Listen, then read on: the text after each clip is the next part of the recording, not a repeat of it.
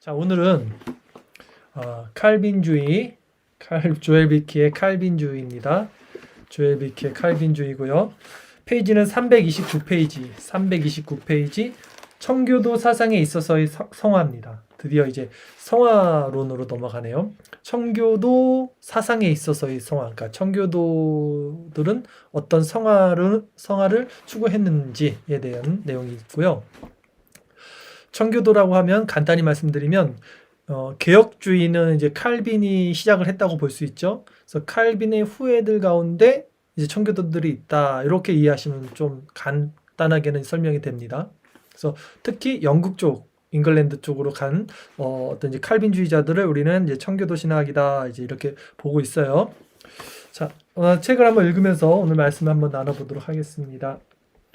칼빈주의는 교회와 사회에서 살아가는 평범한 사람들에게는 아무런 실제적 유익을 주지 못하는 고상하고 높은 교리들만을 다루는 상아탑에 불과한 신학이라는 평판을 받고 있다. 그러나 이것은 가장 왜곡되고 그릇된 평판이다.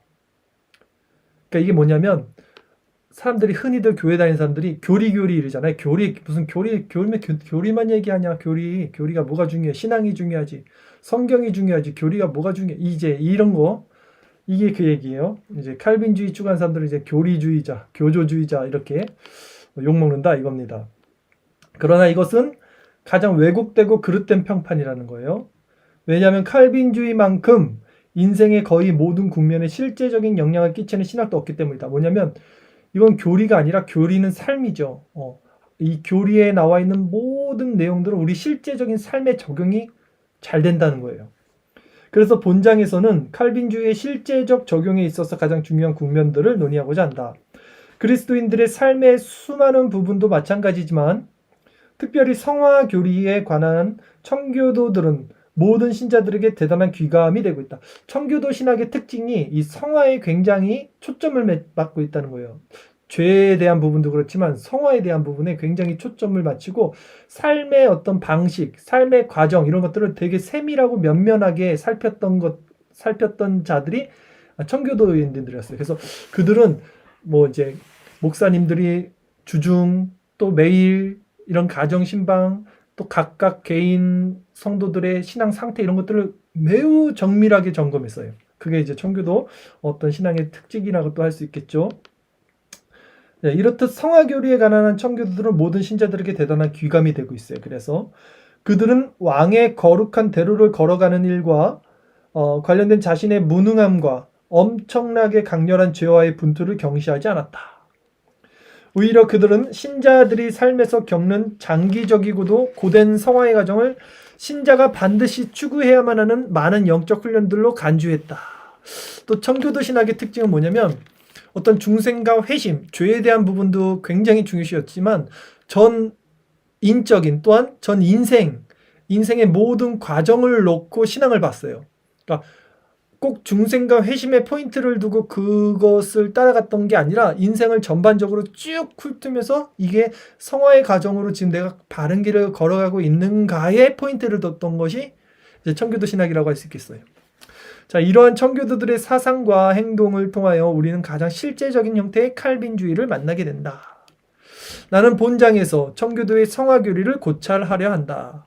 그리고 그 다음 장에서는 성화의 수단이 되는 영적 훈련들을 탐구할 것이다.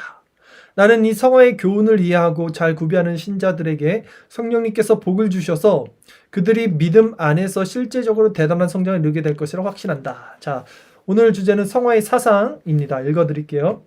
청교도 성화 교리의 비범함은 완전하고도 균형 잡힌 견해의 발전에 있다.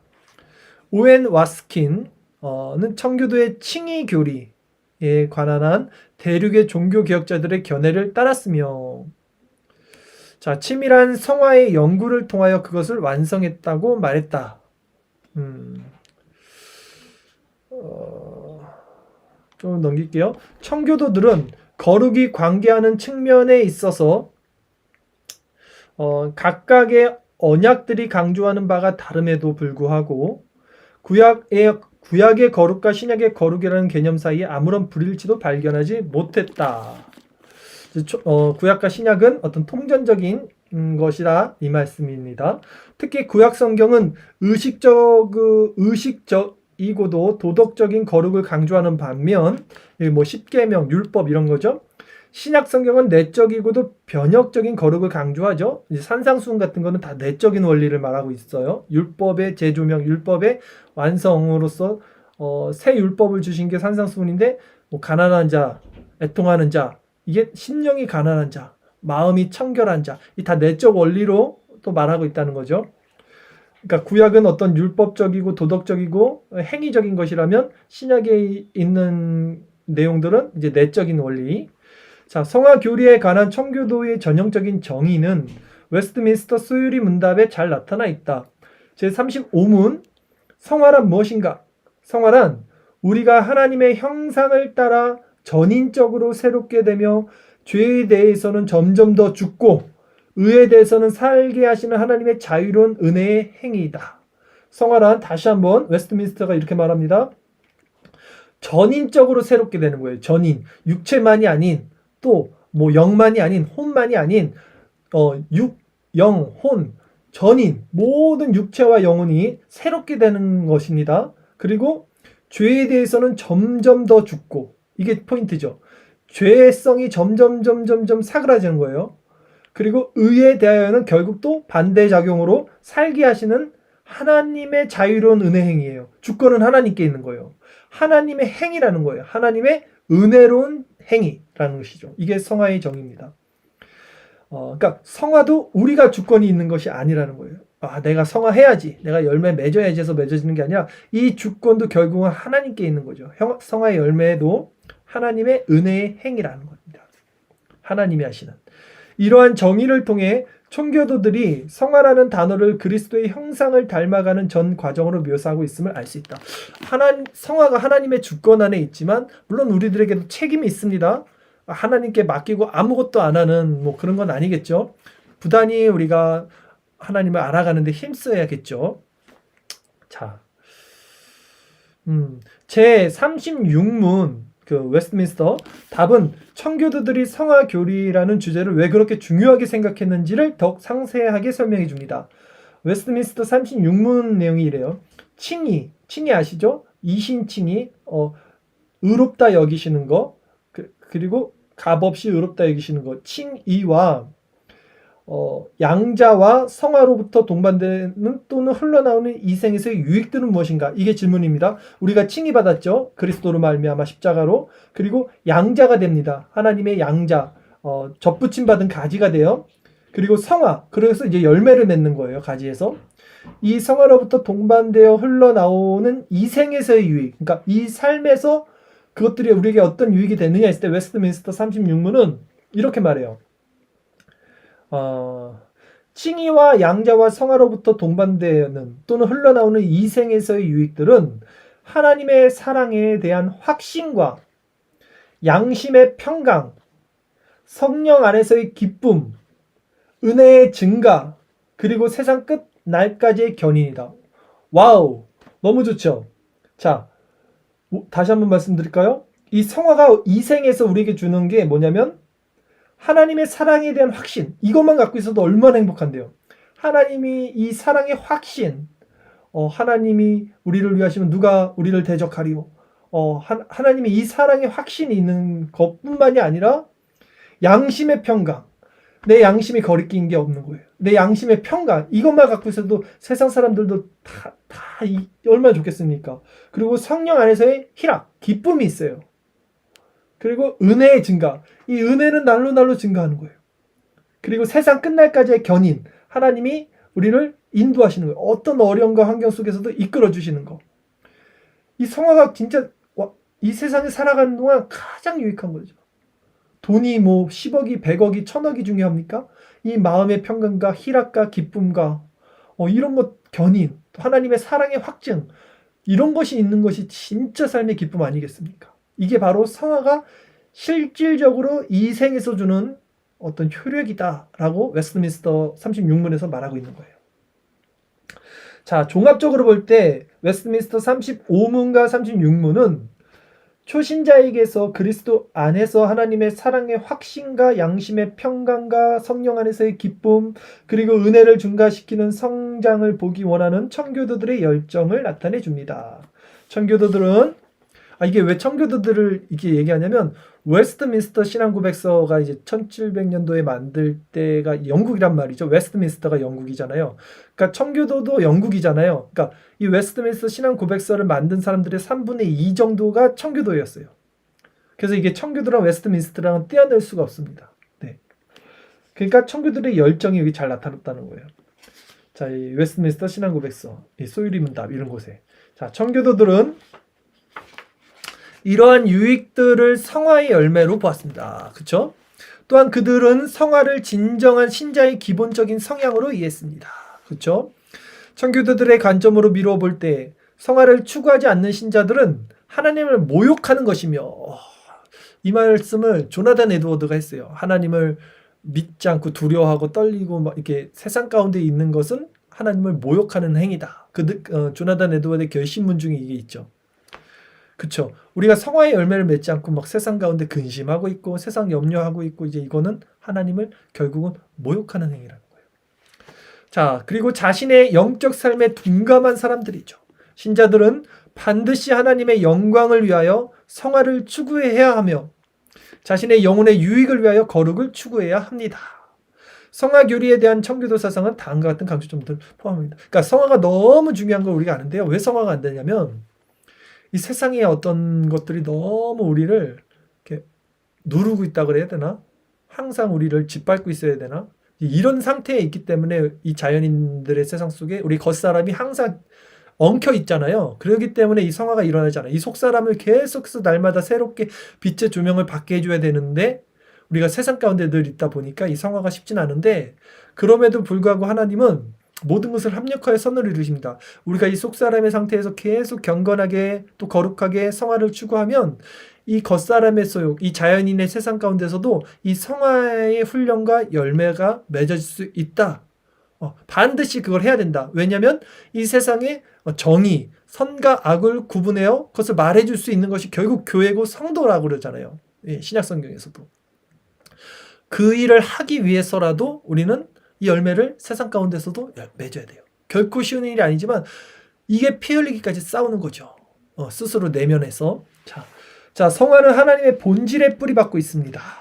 네, 성화의 강조점 몇 가지 설명해 드릴게요. 성화는 하나님의 본질에 뿌리박고 있어요. 하나님의 속성이 성화에 그대로 뿌리박고 있죠. 나타나죠.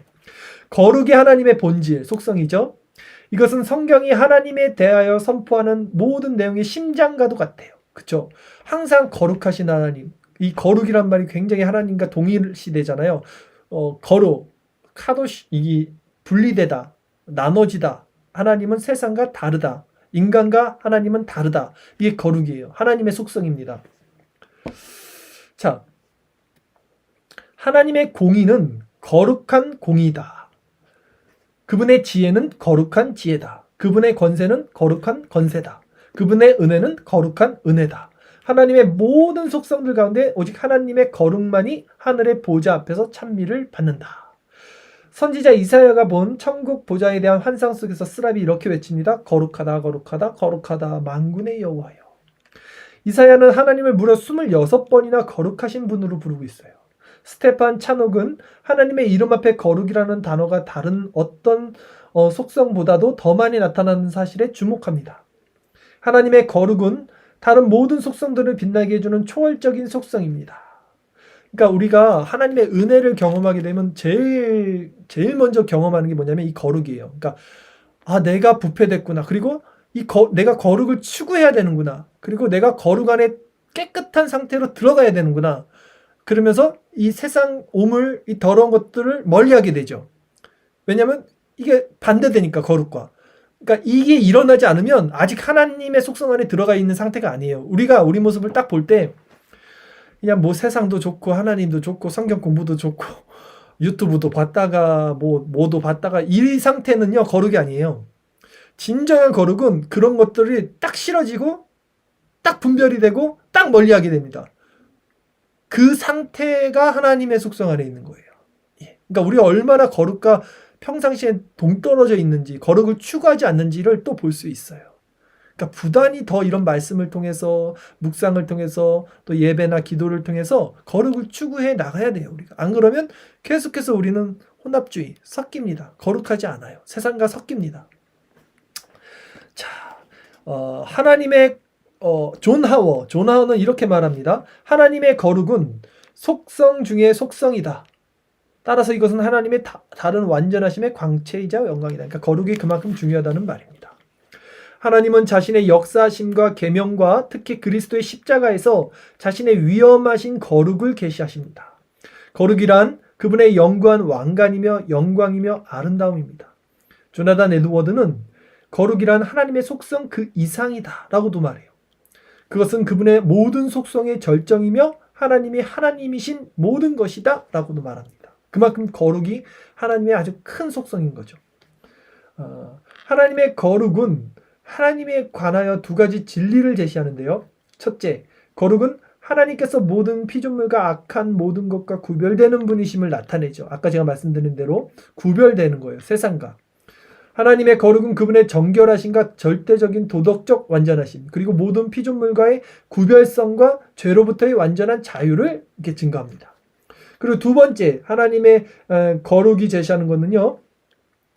하나님은 죄로부터 구별된 거룩한 분이시죠. 그렇기 때문에 거룩한 제사 없이 하나님께로 가까이 나갈 수 있는 죄인은 아무도 없다. 하나님은 죄에 무관심한 채로 거룩하신 분이 될 수 없다. 오히려 하나님께서는 반드시 죄를 형벌하셔야만 한다. 아담의 비극적인 타락으로 말미암아 모든 사람들이 죄인이 되었고 모든 사람들이 날마다 죄를 짓습니다. 그래서 그들은 결코 자신의 노력으로 하나님의 진노를 가라앉힐 수 없어요. 거룩하신 창조주의 형상을 따라 지음받은 피조물인 우리는 아담을 통하여 스스로 하나님 앞에서 결코 받아들여지지 못할 불경함을 선택하고 말았어요. 아담 아래 모든 보편 인류는 죽은 자라는 겁니다. 우리의 죄가 용서를 받기 위해서는 반드시 피 흘림에 전제돼야만 합니다. 신인이신, 그러니까 하나님이면서도 인간, 이 신인이신 그리스도 예수가 죄인을 대신하여 감당한 완전하고도 속죄적인 순종을 통해서만 하나님의 거룩을 만족시키고 성취할 수 있습니다. 아멘. 그리스도께서 우리를 위하여 성부 하나님께서 시작하시고 그의 완전한 제가를 통하여 속죄를 성취하시기를 동의하신 일에 대해 하나님께 감사와 영광을 돌려야 합니다. 좀 말이 어려워요. 자, 고린도후서 5장 21절 이에 대해 다음과 같이 말합니다. 하나님이 죄를 알지도 못하신 이를 우리를 대신하여 죄로 삼으신 것은 예수님이죠. 우리로 하여금 그 안에서 하나님의 의가 되게 하려 하심이라. 하나님의 의가 되기 위해서는 반드시 예수님이 필요하다는 거예요. 예수님의 보혈, 그분의 구속, 속죄함이 필요하다라는 것이죠. 마찬가지로 네덜란드 개혁주의 성찬에서도 다음과 같이 진술을 해요. 죄를 대적하시는 하나님의 진노가 이게 거룩입니다. 죄를 대적하는 하나님의 속성이 거룩이에요. 왜냐하면 구별되는 거니까 거룩이란 말 자체가. 하나님의 진노가 너무나 엄청나기 때문에 하나님께서는 자신의 사랑하는 독생자 예수 그리스도를 십자가에서 호되고도 수치스러운 죽음으로 형벌하셨다. 그만큼 죄가 무섭기 때문이라는 것이죠. 자, 성화는 지위와 상태 모두와 관계한다. 조금 더 읽어드릴게요. 자, 우리는 하나님께서 받으실 만한 존재가 되는 일에 공헌하기 위해서 거룩의 부르심을 받은 것이 아니다. 자, 우리가 하나님께 쓰임받기 위해서 거룩의 부르심을 받은 것이 아니라는 거예요. 이것은 오직 우리 구주이신 예수 그리스도를 통해서만 가능한 일이다. 네. 성경에서는 이것을 명백하게 가르칩니다. 자, 히브리서 10장 10절에 이 뜻을 따라 예수 그리스도의 몸을 단번에 들이심으로 말미암아 우리가 거룩함을 얻었노라. 그리스도는 우리의 거룩이 되십니다. 그러므로 그리스도의 신부인 교회도 거룩해야만 합니다. 청교도인 윌터 마샬은 하나님 앞에서 신자의 주인은 모든 죄를 위해 하나님의 공의를 전적으로 만족시킨 그리스도의 완전한 순종으로 말미암은 거룩이라고 설명합니다. 그러나 이러한 지위가 신자가 전적으로 거룩한 상태에 있다는 것을 뜻하는 것은 아닙니다. 지금까지 신자의 지위와 하나님 앞에서의 상태의 관계에 대하여 제시된 몇 가지 진술들 가운데 가장 유명한 진술은 루터의 의인이면서도 동시에 죄인, 의인이면서도 죄인. 이 진술이에요.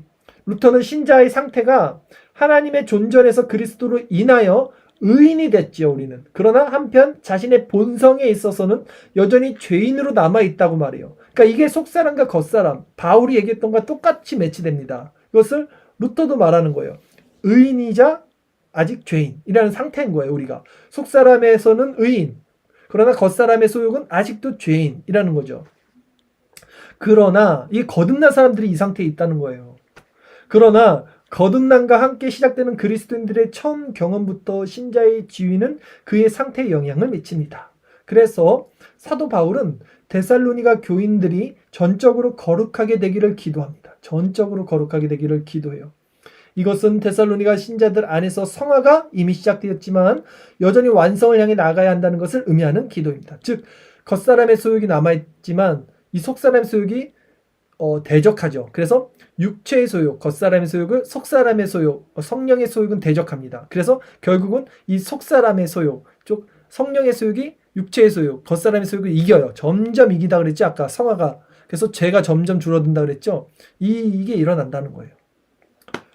자, 보통 청교도들이 거룩을 말할 때 의미하는 바와 같이 신자의 상태로 말하자면 성화는 절대로 이 세상에서 완성되지 않아요. 그렇죠? 절대 성화는 없습니다. 성화는 하나님의 나라에서 완성됩니다. 물론 성화는 완성을 향해 나가죠. 그러나 로마서 7장이 말하고 있듯 성화는 우리의 도덕적이고도 영적인 이해 범위를 초월해요. 완전한 의를 이루는 것에 대한 생각이 매우 저급하기 때문에 오늘날 많은 그리스도인들은 이 점을 이해할 수 없습니다. 성화의 국면에서 볼 때 웨스트민스터 대유리 문답은 10계명에 대한 대가가 아니라 10계명에 대한 대가답게 대유리 문답에서 10계명이 나오니까 그 얘기를 하는 거죠. 숙련된 가르침을 제공합니다. 즉 대유리 문답은 성화가 행위뿐만 아니라 동기에까지 관계되어 있으며 이게 뭐냐면 성화라는 것은 우리의 나타나는 행동이나 행위, 생각, 사고, 표현이 아니라 그 안에 있는 생각의 동기, 이 내면적인 것에서부터 일어나는 거죠. 결국 그 얘기예요. 하나님의 계명에 나타난 각각의 금지에 상응하는 지침을 포함하고 있다는 원리를 제시한 이후 10계명에 대한 광범위한 주의를 제공합니다. 좀 말이 어렵네요. 자, 넘어갑니다. 칼빈과 마찬가지로 청교도들은 전심을 다하여 주 우리 하나님을 사랑하고 이웃을 자기 자신과 같이 사랑하라. 이게 2계명이죠. 이 두 가지 유대한 계명을 위해 세워진 10계명을 따랐습니다. 자, 10계명은 당연히 우리가 지금도 도덕법으로 따르고 있죠. 청교도들은 우리가 이러한 개념을 이해하기만 하면 성경이 얼마나 높은 수준의 거룩을 요구하는지 저는 이걸 한 번 더 말씀드리고 싶어요. 그러니까 성경이 요구하는 거룩의 수준이 굉장히 높아요, 여러분. 우리가 흔히들 신앙생활 하면서 생각하는 거룩이랑 성경이 진짜 제시하고 있는 이 정도 레벨은 돼야지 거룩이다. 이 정도 레벨이 돼야지 뭔가 하나님과의 교제가 일어난다라고 제시하고 있는 거룩이요. 갭이 엄청 큽니다, 사실. 이걸 좀 우리가 인지하면 좋아요. 그러니까 우리가 흔히 거룩하다고 추구하는 것보다 훨씬 높다라고 생각하셔야 돼요. 그러니까 그 상태로 가야만 사실은 이런 맛을 느끼겠죠. 어떤 거룩한 상태에서의 맛을 느끼겠죠. 네. 근데 그걸 못 느끼니까 그냥 우리 고만한 수준에서의 거룩을 추구하면서 이 정도가 거룩이겠지 하고 있는 거예요, 사람들이. 사실은 굉장히 높아요. 지금 그 얘기를 하는 거예요, 여기서. 자, 제가 읽어드릴게요. 그러니까 청교도들은 우리가 이런 개념을 이야기만 하면 성경이 얼마나 높은 수준의 거룩을 요구하는지라는 거예요. 우리가 매일 얼마나 그리스도의 완전한 순종 안으로 피해야 하는지를 깨닫게 될 거라는 거예요. 그러므로 완전한 의란 하나님과 이웃을 향한 완전한 사랑의 행위에 의해 주도됩니다. 그것은 내가 하나님을 사랑하는 동기에 의해 움직이는 것을 의미하는 것으로서 하나님을 향한 예배와 경배와 헌신을 통해 표현되죠. 또한 그것은 내가 이웃을 사랑하는 동기에 의해 움직이는 것을 의미하는 것으로서 다른 사람을 도와주고 그들을 사랑하며 그들을 훈육하고 권고하며 그들에게 친절히 행하고 말하는 것으로 표현됩니다. 의란 그것이 얼마나 작게 느껴지든 관계없이 다른 사람을 돕고 격려하는 일에 나 자신을 복종시키는 것입니다. 따라서 칼빈주의는 언제든지 하나님의 계명을 존중합니다. 하나님의 율법이 더 이상 지배적이지는 않지만 신자 안에 여전히 남아있는 죄로 인해 영적 갈등과 전투를 일으키죠. 내재하는 죄는 여러 가지 유혹에 굴복하게 만드는 세속적인 공격과 결합해서 영적 전투를 양산할 수밖에 없어요. 우리는 죄와 싸울 수밖에 없어요. 성도도. 신자에게는 많은 적들이 있어요. 세상과 육체와 마귀, 그쵸? 세상 자연인들 그 안에서도 분명히 이 싸움이 있고, 또 우리 육체, 우리 자아, 우리 에고 이런 데서도 싸움이 있고, 또 사단 마귀는 우는 사자같이 두루다니며 삼킬 자를 찾고 믿는 자들도 넘어뜨리려 한다 그러죠. 그러니까 이 싸움이 계속 있어요. 그러니까 우리는 계속해서 거룩으로 나가는 것을 우리는 추구해야 되는데, 이들은 이걸 방해하죠. 그리고 의를 실천하지 못하게 해요. 여기서 의를 실천한다는 것은 뭡니까? 그리스도 안으로 들어가지 못하게 하는 거예요. 그리스도를 바라보지 못하게 하는 거죠. 이것들은 죄를 죽이는 일을 방해하고 우리의 회개의 실제를 훼손합니다. 청교도의 관점에 의하면 우리는 반드시 매 순간 거룩을 위해 싸워야 합니다. 우리는 반드시 매 순간 거룩을 위해서 싸워야 되는 자들이에요. 그렇지 않으면 우리는 결코 성장할 수 없다라고 말하죠. 그러나 토마스 보스턴이 잘 지적했듯이, 여기까지만 좀 읽을게요. 우리는 신자를 향하여 그리스도의 보혈을 계속 적용하시는 성령으로 말미암아 점점 더 성화될 것입니다. 토마스 왓슨이 이렇게 말합니다. 성화는 점진적으로 발전합니다. 점진적으로 성화는 발전합니다. 만일 그것이 성장하지 않는다면 아마도 살아있지 않기 때문일 것입니다. 자, 여러분이 10년, 20년, 30년 신앙생활 했습니까? 그럼 여러분이 신앙의 연수만큼 여러분은 성장했어야 돼요. 어떤 게 성장했습니까? 지식이 성장합니까? 아니요. 여러분의 내적인 마음, 이 내적인 마음의 상태, 평안, 기쁨, 감사, 은혜, 이런 것들이 성장하고 넘쳐나고 오히려 죄는 점점 죽어져야 돼요. 근데 여러분들이 10년, 20년, 30년 신앙생활 했는데 여전히 죄가 그대로 있거나, 얘가 어쩔 땐 죄가 더 많거나, 여전히 감사가 있을 때도 있지만 그것이 계속해서 자라지 않는다면, 그걸 뭐라 그래? 지금 토마스 보스턴이 살아있지 않아서 그런 거라는 거예요. 여러분은 진짜 믿음을 가진 자들이 아니라는 거예요. 나무는 열매로 안다는 거예요. 이게 바로 성화, 열매입니다. 신자는 그냥 멈춰 서 있는 존재가 아니에요. 근데 신앙생활 하시는 분들 10년, 20년, 30년, 40년, 50년 하신 그 신앙생활을 오히려 더 매너리즘에 빠져요. 젊었을 때 20대, 30대 때는 막 힘있게 합니다. 전도도 하고 봉사도 하고. 근데 그분들 나중에 50대, 60대, 70대 가면 오히려, 물론 육체의 힘이 빠져서도 그렇겠지만 매너리즘에 빠져요. 많이 봤어요. 제가 10년 넘게 이 지역교회를 섬기고 돌아다니면서. 왜 그럽니까? 잘못된 믿음을 갖고 있는 거예요, 다. 자, 신자는 멈춰서 있는 존재가 아니에요. 온전한 사람을 이루어 그리스도의 장성한 분량까지 충만한다 그러죠. 그 장성한 분량이 충만한 때까지 이르도록 계속해서 하나님의 은혜에 또 다른 은혜의 성장, 성화의 과정을 겪어나가는 것이 진짜 신자다. 앤드루 그레이는 이렇게 말합니다. 그는 마치 떠오르는 아침 태양과 같다. 그 태양은 한낮의 완전한 태양이 될 때까지 계속 빛날 것이다.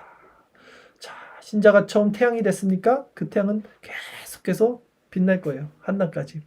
그러므로 청교도들의 사상에 관한 신자가 자신의 죄와 싸우는 것을 인식하는 것과 의의 습관을 유지하는 것은 대단히 본질적인 것입니다. 비록 우리 자신은 그것을 깨닫지 못한다 할지라도 다른 사람들은 우리가 영광에서 영광에 이르는 것을 보게 될 것입니다. 그는 성화의 성장 그 자체보다는 계속 유혹에 맞서 싸우게 될 전투를 더욱 생생하게 알게 될 것입니다. 그래서 그는 이렇게 외치게 됩니다. 주님, 저는 약한 존재입니다. 제가 강해질 수 있도록 도와주시고 의를 실천할 수 있도록 인도해 주시옵소서. 이게 우리 모두의 기도잖아요. 날마다 그리스도의 십자가로 나가고 하나님께 의지하고 붙드는 것이 우리 몫이잖아요. 바로 이것이 또 청교도들이 말하는 실제적이며 성경적인 칼빈주의 성화의 진리고 원리라는 거예요. 통탄할 만한 죄에 빠지는 자신의 모습을 계속해서 질책하는 토마스 스테퍼드, 우리 청교도 신학자 이 토마스 스테퍼드와 같은 청교도들의 영적 일기를 읽어보십시오. 영적인 일기를 기록하고 간직함으로써 그들 역시 하나님과 사람을 향하여 완전한 사랑을 실천하는데 자주 실패했음을 알게 될 거예요. 무슨 말이냐면, 예전에도 제가 이런 청교도 신학자들의 책 일기 같은 걸 보면요, 이분들이 어떤 고백을 많이 하냐면, 날마다 좋은 게 아니라 오늘은 하나님이 마음을 지켜주셔서 오늘은 마음이 너무 평안해서 감사했다. 또 어떤 날은 하나님이 마음을 내 마음이 굉장히 지금 너무 불안하고 지옥 가운데 있다. 그런 것들을 위주로 많이 써 있더라고요. 토마스 세퍼드도 그 얘기를 하는 거예요. 그러니까 날마다 좋은 게 아니라 계속 마음의 상태를 살피면서 자기 마음이 왜 이렇게 흘러가는지를 계속해서 점검했던 것이 청교도라는 거예요. 그들과 마찬가지로 우리 역시 우리가 마땅히 해야 할 일과 마땅히 하지 말아야 할 일, 이런 것들에 있어서 십계명의 정신을 추구하지 못하고 있죠. 청교도들은 자신이 날마다 항상 나쁘게 행동했다고 말하지 않아요. 그들은 오히려 바알과 마찬가지로 다음과 같이 고백합니다. 저는 속사람을 따라 하나님의 계명을 즐거워합니다. 우리도 그렇잖아요. 우리 속사람으로는 하나님의 계명을 즐거워합니다. 저는 진정한 거룩이 무엇인지 잘 알고 있습니다. 이 속사람의 상태에서는 그 거룩을 추구하고 있어요. 그 맛을 알아요. 그게 뭔지 알아요. 그 거룩이 얼마나 신실하고 깨끗하고 아주 정말 오묘한 것인지. 저는 그것을 성취하고자 합니다. 그러나 날마다 진정한 거룩에 이르지 못하오니 이 겉사람의 소욕 때문에 하나님 저를 도와주십시오. 저는 다만 가련한 죄인에 지나지 않습니다. 아멘. 이 우리 고백이에요. 참된 신자는 그리스도 안에서 하나님 앞에 흠이 없는 거룩을 견지하는 동시에 그리스도의 강하게 하심을 그것을 계속 발전시켜 나가죠. 거룩에 관한 그분의 신분은 인정받았지만 거룩에 있어서 우리의 상태는 계속해서 성장해야 돼요. 우리는 그리스도를 통해서 하나님 앞에 거룩하게 되었고 매일 거룩한 삶을 통하여 그것을 또 나타내야만 합니다. 우리는 이미 은혜로 말미암아 도달한 그 삶 안에 계속해서 머물러 있어야 할 사명을 받았어요. 우리의 신실하신 구주께서는 우리 안에서 일어나는 하나님의 역사와 영광에 이를 때까지 계속될 것임을 보증하고 계세요. 우리 안에서. 비록 우리가 완전하지 않지만 성화의 역사 그 자체는 결국 우리를 완전하게 만들어줄 보증이 됩니다. 아멘. 자, 3번, 4번 조금 남았는데 요거는 다음 주에 이어서 하고요. 오늘 이렇게 우리가 성화에 대해서 좀 살펴봤습니다. 청교도들은요, 항상 마음의 내적인 원리, 마음의 상태를 점검했죠. 그러면서도 신앙의 본질을 성화에 두고 있었습니다. 여러분들 오늘 하루 어떻게 사셨습니까? 늘 마음을 점검했습니까? 여러분들의 마음이 어떻게 흘러가는지, 여러분의 감정이 어디서 흘러나오고 있는지, 이 생각의 동기는 어디에서 오는지, 이런 것들을 깊이 사고가 아니라 이런 것들을 사색이 아니고요, 묵상을 해야 돼요. 그러니까 철학적으로 또 어떤 논리적으로 이론적으로 들어가라는 말이 아니라 이런 것들을 깊이 묵상하는 쪽으로 가셔야 돼요. 그러니까 묵상이라고 하는 것은 사고가 아니에요. 그냥 생각하는 게 아니라 좀 더 영적인 차원이겠죠. 좀 더 하나님의 속성을 바라봄의 원리로 깨달아지는 것들, 마음으로 그냥 느껴지는 것들. 내가 머리로 막 돌려서 이게 겉사람이고 이게 속사람이고 이 겉사람의 소욕은 이거고 속사람의 소욕은 이거고 이렇게 머리로 굴려서 이해하는 게 아니라 조금 더 그 하나님께 초점을 맞추고 그리스도께 초점을 맞췄을 때 그냥 자연스럽게 빛을 받는 것처럼 알게 되는 그 원리 가운데서 이렇게 젖어들듯이 스며들듯이 이 원리가 내 안에서 내면에서 이렇게 깨달아지는 거, 그게 좀 그게 힘이 있는 거죠. 그런 삶을 살아가셔야 됩니다. 그러기 위해서는 늘 햇빛이 늘 일반 은총을 우리에게 비춰주듯 그리스도의 말씀으로 늘 조명을 받으셔야 돼요. 그것이 여러분 마음을 지키고 생각을 지키는 일입니다.